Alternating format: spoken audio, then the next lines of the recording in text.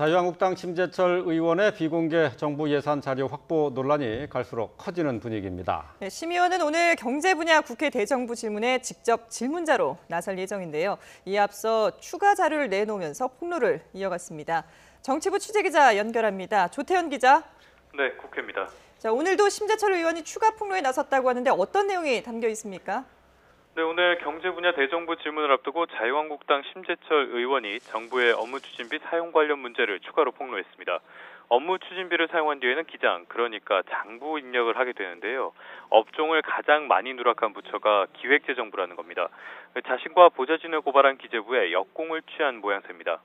심 의원의 자료를 보면 기획재정부는 문재인 정부가 출범한 지난해 5월부터 올해 8월까지 사용분 15억 5천만 원의 업종을 누락했습니다. 이어 청와대가 4억 원, 국무조정실이 1억 6천만 원을 제대로 기재하지 않았는데요. 호텔 관련 업종에서 지출한 내용이 시스템에는 한방병원으로 적힌 것이 340건, 우체국이나 청소용품 구매에 쓴 추진비가 점술 업종이라고 기재된 것이 24건 등으로 나타났다는 겁니다. 이와 함께 원칙적으로는 업무 추진비를 쓸 수 없는 밤 11시 이후 사용한 금액이 가장 많은 곳은 청와대로 모두 4천만 원으로 집계됐다고 덧붙였습니다. 심 의원은 가장 기본적인 업종 정보조차 잘못 기재하는 등 실제와 다른 회계 보고가 된 경우가 많았다며 정부가 이를 수정하지 않고 자료를 관리하는 걸 보면 총체적인 부실이 드러난 것이라고 주장했습니다. 이에 대해서 기획재정부는 곧 해명을 내놓을 것으로 알려졌습니다. 심 의원이 오늘 아예 대정부 질문자로 직접 나선다고요? 네, 그렇습니다. 오늘 경제 분야 대정부 질문에 자유한국당 의원은 모두 5명이 나섭니다.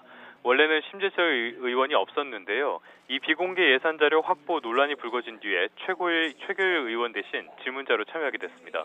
당정청의 맹공이 이어지는 가운데 자유한국당 차원에서 심 의원에게 힘을 실으려는 조치로 풀이됩니다.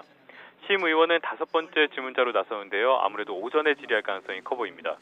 심 의원을 고발한 기획재정부의 수장인 김동연 부총리도 참석하는 만큼 정면 충돌이 불가피해 보입니다. 이 질의 내용은 잠시 뒤에 생중계로 보내드릴 예정입니다. 이런 가운데 여야도 오전 회의에서 신경전을 이어갔는데요. 더불어민주당 홍영표 원내대표는 심재철 의원의 국가기밀 불법 탈취 사건으로 정기국회가 다시 어려움에 처했다며 심 의원은 거짓말을 중단하고 불법 탈취 자료를 반환한 뒤 검찰 조사에 응하라고 촉구했습니다. 반면 자유한국당 김성태 원내대표는 청와대가 대정부 질문을 보고 법적 조치를 검토하겠다는 반의회적이고 비민주적인 발상을 하고 있다며 조폭적인 탄압과 겁박에도 당 차원의 대응에 나서 청와대의 지부를 드러내겠다고 반박했습니다. 지금까지 국회에서 YTN 조태현입니다.